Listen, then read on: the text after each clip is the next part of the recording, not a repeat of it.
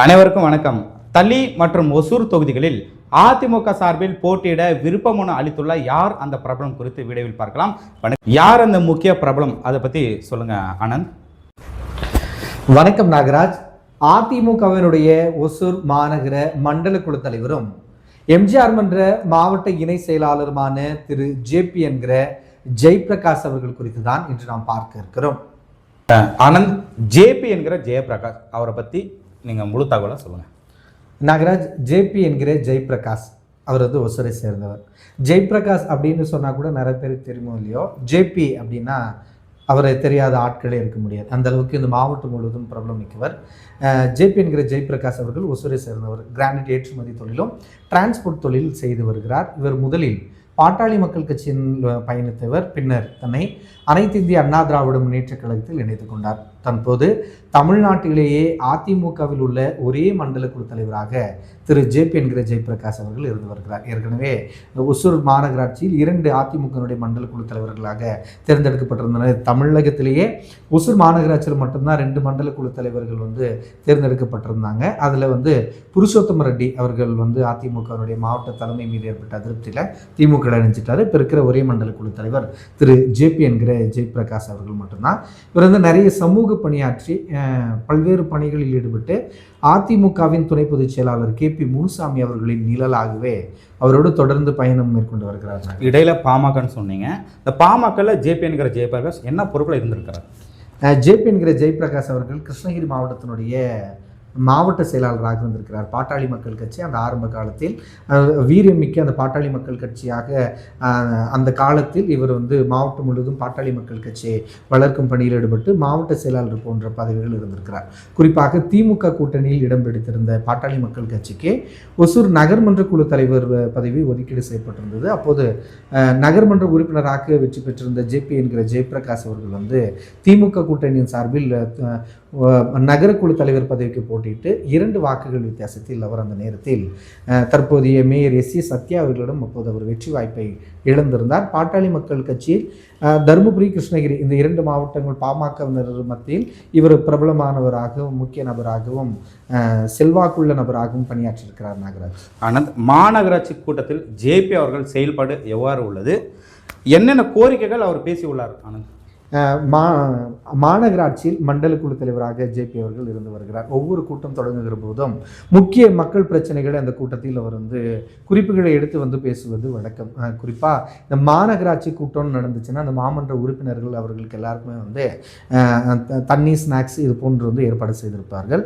ஆனால் ஜேபி என்கிற ஜெயபிரகாஷ் அவர்கள் ஒரு நாளும் அதை சாப்பிடவே மாட்டார். மக்களுடைய வரிப்பணத்தின் நிமித்தமாக எங்களுக்கு இது போன்று கொடுப்பது எனக்கு விருப்பம் இல்லை என்று ஒரு நாளும் அவர் அது போன்ற மாநகராட்சியிலிருந்து கொடுக்கப்படக்கூடிய அந்த சிற்றுண்டிகளை கூட அவர் சாப்பிட்டதே இல்லை. பல்வேறு மக்கள் கோரிக்கைகளை முன்னிறுத்தி அவர் மாநகராட்சியில் பேசியிருக்கிறார். குறிப்பாக இந்த மாநகராட்சியினுடைய முக்கிய பகுதிகளாக இருக்கக்கூடிய இடங்களில் பேருந்து நிறுத்தகங்களில் பெண்கள், ஆண்கள் அவர்கள் அந்த பஸ்ஸுக்காக காத்திருக்கணும் அப்படின்னா அந்த நேரத்தில் அவர்களுக்கு இந்த சிறுநீர் கழிப்பது, இயற்கை உபாதைக்கு செல்ல வேண்டும் என்றால் அவர்களுக்கு ஒவ்வொரு பேருந்து நிறுத்தகத்திலும் மாநகராட்சியின் சார்பில் கழிவறைகள் அமைத்து தரணும் அப்படின்னு முக்கிய கோரிக்கை வச்சிருக்காரு. குறிப்பாக இந்த தர்கா, ரயில்வே ஸ்டேஷன் உள்ளிட்ட பகுதிகளில் மக்கள் நீண்ட நேரம் காத்திருக்கணும். அந்த நேரத்தில் அந்த பொது கழிப்பிடங்கள் இல்லாத நிலையில் மக்களுடைய கோரிக்கைகளை வலியுறுத்தி அந்த பகுதியெல்லாம் கழிப்பிடம் கட்டணும் அப்படின்ற முக்கிய கோரிக்கைகளை அவர் வச்சிருக்கிறாரு. அதே போல் மாநகராட்சியின் சார்பில் ஏதேனும் அவர்கள் செய்கிற செயல்பாடுகள் அவருக்கு திருப்தி இல்லை அப்படின்னா நல்ல ஆக்ரோஷமாக கேள்விகளை எழுப்பி அவர் கவனத்தை திசை திருப்பி அந்த கூட்டத்தை அந்த மாநகராட்சியினுடைய கூட்டத்தை தனது கட்டுப்பாட்டிற்குள் வைத்துக்கொள்ளும் அளவிற்கு நல்ல பேச்சாளராக மக்கள் பிரச்சனைகளை பேசி வருகிறார். நாகராஜ், ஜேபி அவர்களின் சமூக சேவை அது குறித்து சொல்லுங்கள். இவர் பாட்டாளி மக்கள் கட்சிக்கு முன்பிலிருந்து பின்னர் அதிமுகவில் இணைந்ததற்கு முன்பிருந்தும் இவர் தொடர்ந்த சமூக சேவை பணிகளில் அதிகம் ஈடுபட்டு வருகிறார். குறிப்பாக அரசு பள்ளி மாணவர்களை சுற்றுலா அழைத்து செல்வது, அது போன்ற ஏழை எளியோருக்கு உதவுவது. குறிப்பாக இந்த கொரோனா காலங்களில் தினந்தோறும் 2000 நபர்களுக்கு அவர் இலவசமாக உணவு கொடுத்துருக்கிறார். கொரோனா காலத்தில் அதாவது வீடுகளில் முடங்கியவர்கள், அப்புறம் சாலையோரமாக இருக்கக்கூடியவர்கள், இவர்களுக்கு எல்லாருக்குமே அந்த நேரத்தில் சாப்பாடு கிடைக்காத நிலையில் மாநகராட்சியின் எல்லையான ஜூஜவாடியிலிருந்து ஒசூர் மாநகர் முழுவதும் தினந்தோறும் 2000 நபர்களுக்கு ஒரு கொரோனா காலத்தில் உணவளித்திருக்கிறார். இது போன்ற ஏராளமான சமூக பணிகளையும் அவர் வந்து மேற்கொண்டு வருகிறார். நாகராஜ், ஜேபி அவர்கள் போட்டியிட்ட தேர்தல் குறித்து சொல்லுங்கள். ஏற்கனவே சொன்னது போல நாகராஜ், அவர் பாட்டாளி மக்கள் கட்சியில் நகர்மன்ற குழு தலைவர் பதவிக்கு போட்டிட்டு 2 வாக்குகள் வித்தியாசத்தில் தோல்வியடைந்திருந்தார். அதற்கு பிறகாக அவர் வந்து ஒசூர் மாநகராட்சியாக தரம் உயர்த்தப்பட்ட பிறகு அவர் வந்து 42வது வார்டில் அவர் வந்து அதிமுக சார்பில் போட்டியிட்டு வெற்றி பெற்றார். அவர் அதிமுகவில் மாமன்ற உறுப்பினராக தேர்வான பிறகு ஒசூர் மாநகரத்தினுடைய துணை மேயர் பதவிக்கு போட்டியிட்டார். மாநகர துணை மேயர் பதவிக்கும் அவர் தற்போதைய திமுகவின் ஆனந்தையா அவர்களிடம் 2 வாக்குகள் வித்தியாசத்திலேயே தோல்வியடைந்தார்.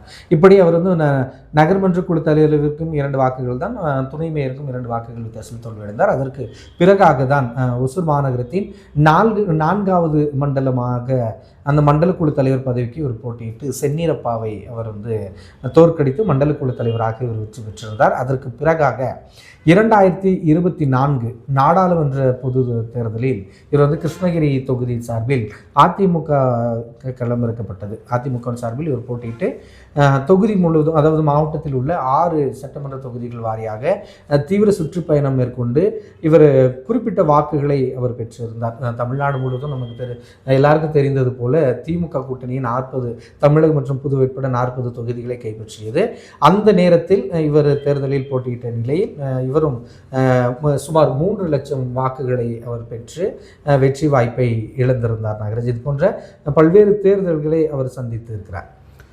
ஜேபி என்கிற ஜெயபிரகாஷ் அவருக்கு செல்வாக்கு எப்படி இருக்கு ஆனந்த்?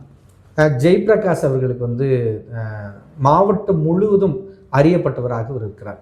பாட்டாளி மக்கள் கட்சிக்கு பிறகு அதிமுகவில் இணைந்த இவருக்கு அதிமுகவின் எம்ஜிஆர் மன்ற கிருஷ்ணகிரி மேற்கு மாவட்ட இணை செயலாளராக இவர் பதவியில் இருக்கிறார்.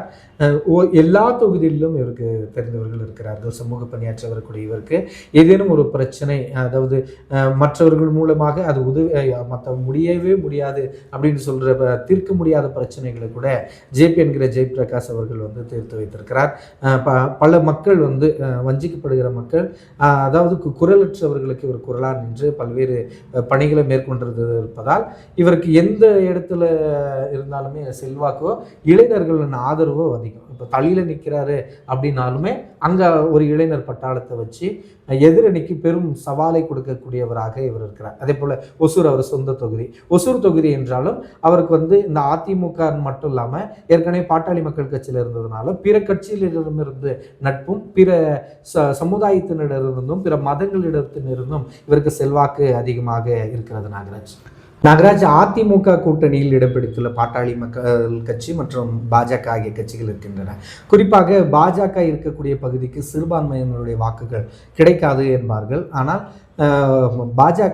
அதிமுகவின் சார்பில் ஜேபி அவர்கள் போட்டிட்டால் இவருக்கு வந்து இந்துக்களைப் போலவே இவருக்கு கிறிஸ்தவர்களும் இஸ்லாமியர்களும், அதாவது சிறுபான்மை சேர்ந்த இஸ்லாமிய கிறிஸ்தவர்கள் இவருக்கு அந்த சமுதாயத்தில் பெரும்பாலான வாக்குகள், பெருவாரியான வாக்குகளை இவர் கரிப்பார்கள். ஏனென்றால் இவர் வந்து ஒரு கட்சியினுடைய அடையாளமாக மட்டும் பார்க்கப்படாமல் இவர் வந்து மக்கள் பிரதிநிதியாக அனைவரும் அறியப்பட்டவராக இருப்பதால் இவருக்கு மதங்களை கடந்தும் ஆதரவு அதிகம். நாகராஜ், ஓசூர் மற்றும் தளி தொகுதிகளில் அதிமுக சார்பில் போட்டியிட விருப்பமான அளித்துள்ள ஜேபி என்கிற ஜெயபிரகாஷ் குறித்து நம்ம இந்த வீடியோவில் பார்த்தோம்.